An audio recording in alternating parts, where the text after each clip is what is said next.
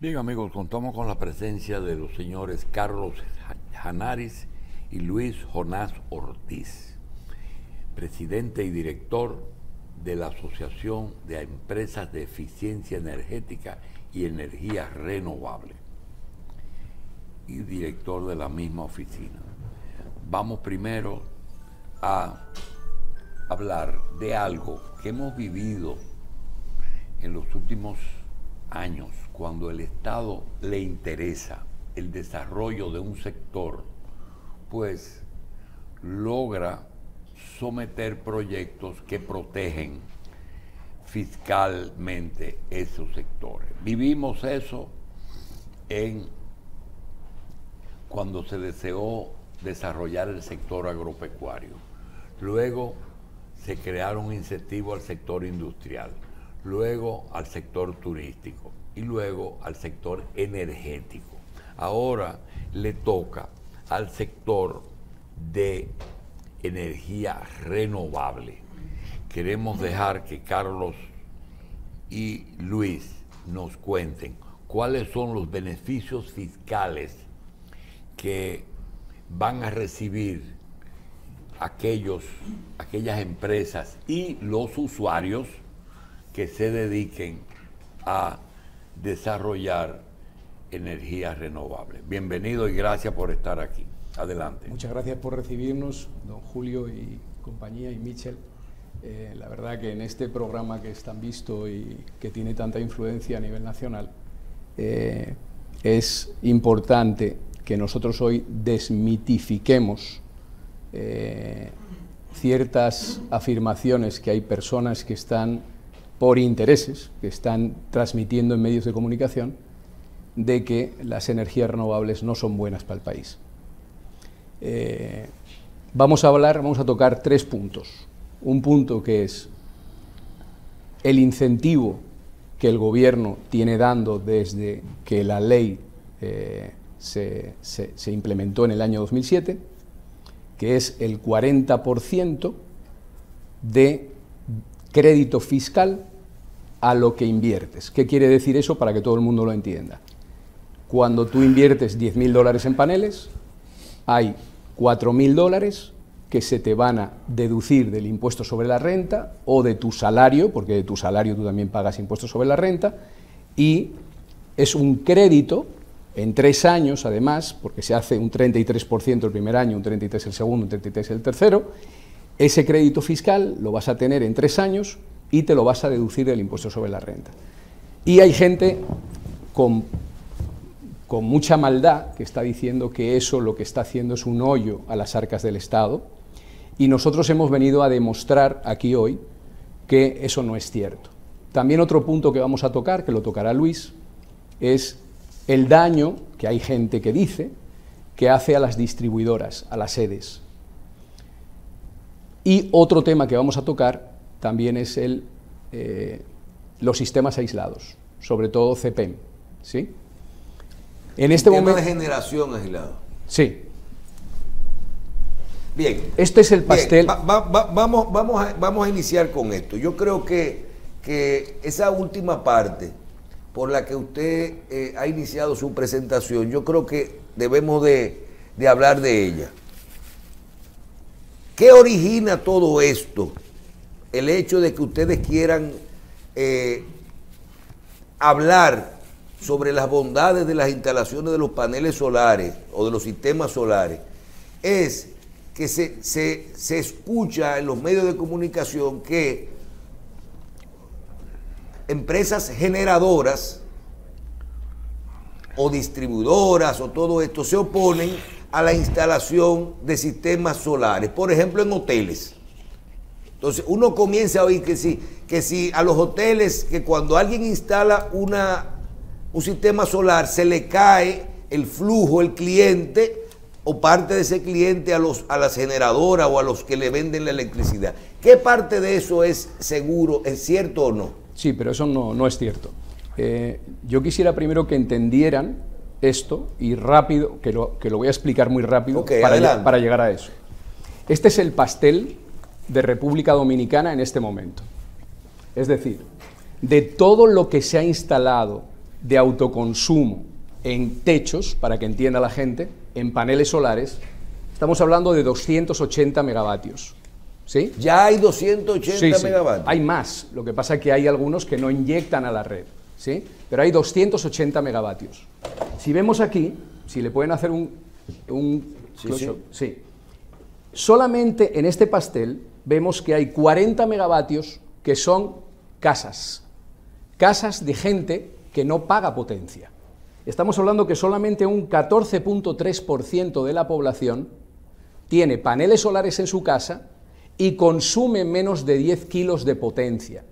Porque ustedes saben que el que tiene menos de 10 kilos de potencia en consumo no paga potencia. Perfecto. Y paga una tarifa de unos 14 pesos por kilovatio hora. Si ven todo el pastel amarillo, son empresas que han puesto paneles solares o algunas casas que consumen más de 10 kilos de potencia. Estamos hablando del 85.7% de la población. ¿De acuerdo? Bien. Vamos a hablar... ¿Qué significa no pagar potencia? ¿Cuánto se ahorra con eso?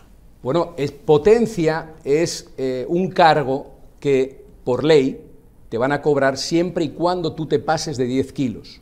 Y es un cargo fijo, independientemente te vayas 2 años de la casa y no consumas energía.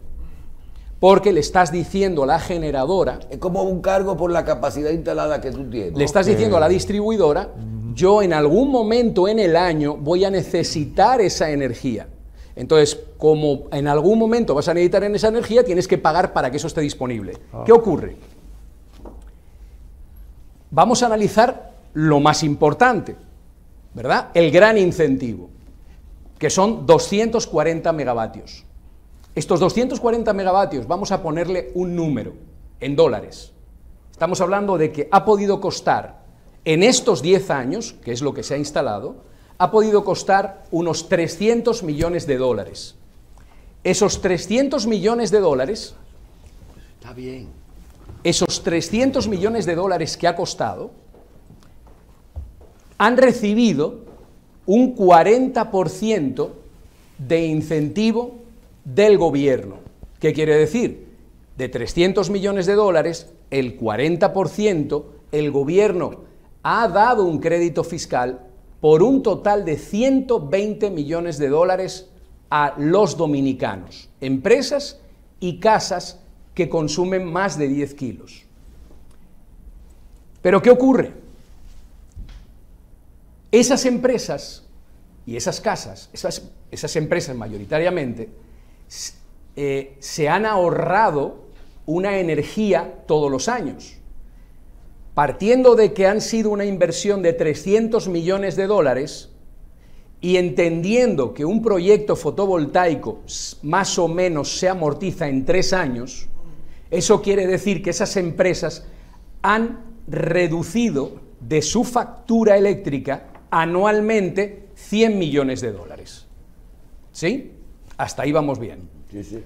Si las empresas han ahorrado 100 millones de dólares al año en 10 años, todos los años, quiere decir que ahora esos 100 millones de dólares ya no lo pueden poner como un gasto. Antes, cuando pagaban energía, esa energía en la contabilidad, a la hora de hacer la declaración de la renta, lo ponían como un gasto. Es un costo. Perfecto.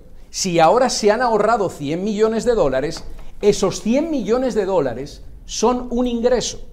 Por ende, esos 100 millones de dólares anuales pagan directamente a la DGI 27%. un 27%, que son 27 millones de dólares anuales. Pero en una compañía, en una empresa, como todos saben, para repartir beneficios entre los socios, hay que pagar también un 10% de impuesto a la DGI. Con lo cual, podemos decir que esos 100 millones de dólares anuales han pagado 37 millones de dólares directamente a la DGI cada año. En 10 años, eso supone que son 370 millones de dólares. Pero alguien ha tenido que instalar esos paneles solares. Esas empresas que han instalado esos 300 millones de dólares también han tenido un beneficio. Ese beneficio, vamos a ser conservadurísimos, va a entrar entre un 6 y un 10%.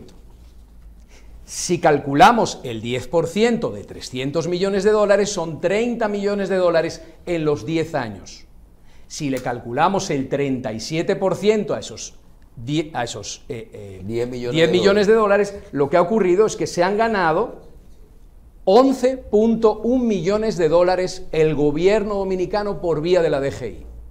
Si sumamos 370 millones de dólares más 11.1 millones de dólares, estamos viendo este cuadro, que este es el aporte en estos 10 años de la Dirección General de Impuestos Internos.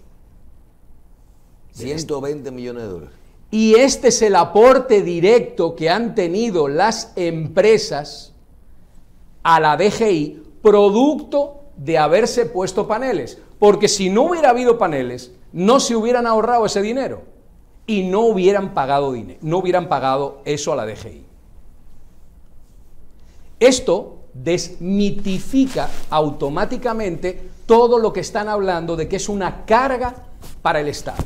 Es la única exención y el único incentivo fiscal que deja dinero al Estado dominicano y a la DGI. El único. Por eso estamos abogando a que no solo se hable bien de él, sino que se promueva más. Se está haciendo un reglamento ahora, una modificación al reglamento por vía de la Superintendencia de Electricidad, que estamos de acuerdo en que es un reglamento, el de medición neta, muy antiguo, y hay que modernizarlo para que se masifique la instalación de paneles solares. ¿Y qué se hizo con el problema del reglamento de que cuando tú compras energía, la distribuidora te la pone a un precio? Si tú tienes paneles solares, entonces tú inyectas la que al te mismo sobra. Precio. Porque antes querían que quitarle el tema de la pérdida del transporte. Sí. ¿Eso se resolvió? Sí, o sea, nosotros confiamos plenamente en este gobierno. Luis Abinader, todo el sector eléctrico, tanto el ministro, el director de la Comisión Nacional de Energía, el director de la CIA, Andrés Astacio, como los que están manejando las distribuidoras, y la vicepresidenta de la República, están totalmente enfocados en que se desarrolle la energía solar a nivel masivo, porque saben que el pastel de República Dominicana, que está aquí, no, este pastel, hoy por hoy, después de todos los esfuerzos, todos los años que se ha estado trabajando en energía solar, en energía eólica, solamente tenemos un 6% de energía eólica y un 4.3% de energía solar. Solamente. Esa es la realidad. O sea que de ese 25% que queríamos llegar de energía renovable, solamente estamos en un 10 más las hidroeléctricas. Claro, porque esto es... ¿Cuánto tenemos en hidroeléctrica ahí? En hidroeléctrica tenemos lo que se ha generado, 5%. O sea que llegamos a un 15, un 5 en solar, un 5 en eólica y un 5 en hidroeléctrica. Claro, porque no estamos... 1% en biomasa. No estamos hablando de potencia instalada, porque tú puedes tener una hidroeléctrica y que no haya agua. No tenemos que hablar de consumo. Entonces... Y de noche no hay sol tampoco. O sea, exacto. Mire, una pregunta. Vamos a pasar al tema de los beneficios. Los beneficios, sí. ¿Cuáles son, no sé si me contesta Luis Jonás, cuáles son los beneficios fiscales que tiene quien instala los paneles? Los beneficios fiscales básicamente. Los beneficios fiscales son dos. Uno es que la venta del sistema, tanto del panel como del inversor, no tiene el impuesto, el 18%. El ITEVIS. Exacto, que sería el ITEVIS. Y el otro es el 40% de lo que la persona invierte si está pagando luego a DGI. Porque hay residencias que no reciben ese beneficio. Entonces, ¿quiénes lo reciben más? Como bien planteaba Carlos, las empresas. Y se lo descuentan también del salario. Cuando es una persona física, sí, cuando es una asalariada, persona física, lo puede descontar en 3 años de lo que a mí me descuentan. Sí, lo puede hacer así también. O sea que realmente un sistema lo que te cuesta a ti es 60% de lo que te vale.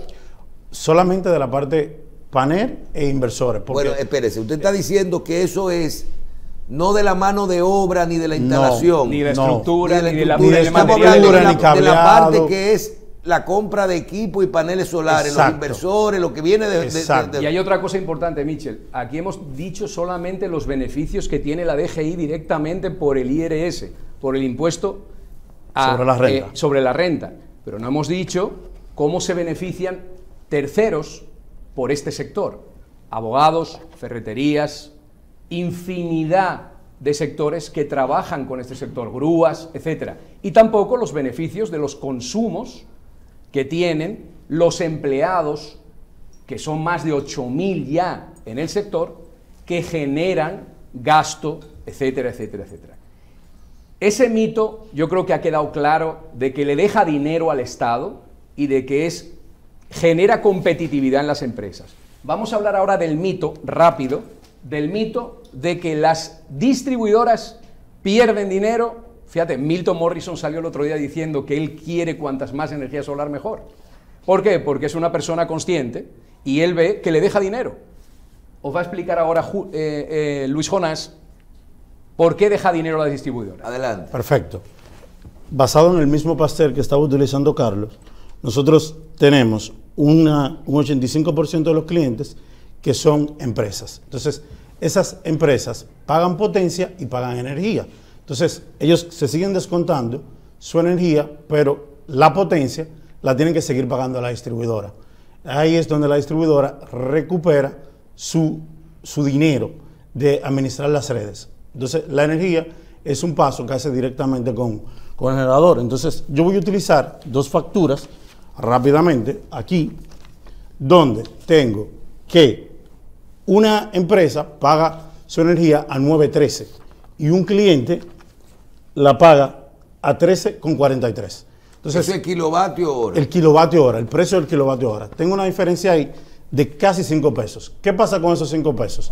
La distribuidora le compra a este cliente esa energía más barata, que es igual porque está neteando, A 9 pesos. y se la vende a este cliente, que es la mayoría de los clientes que tienen interconectado a la distribuidora hoy en día, a 13, sin que pase por transmisión, sin que pase por transformación.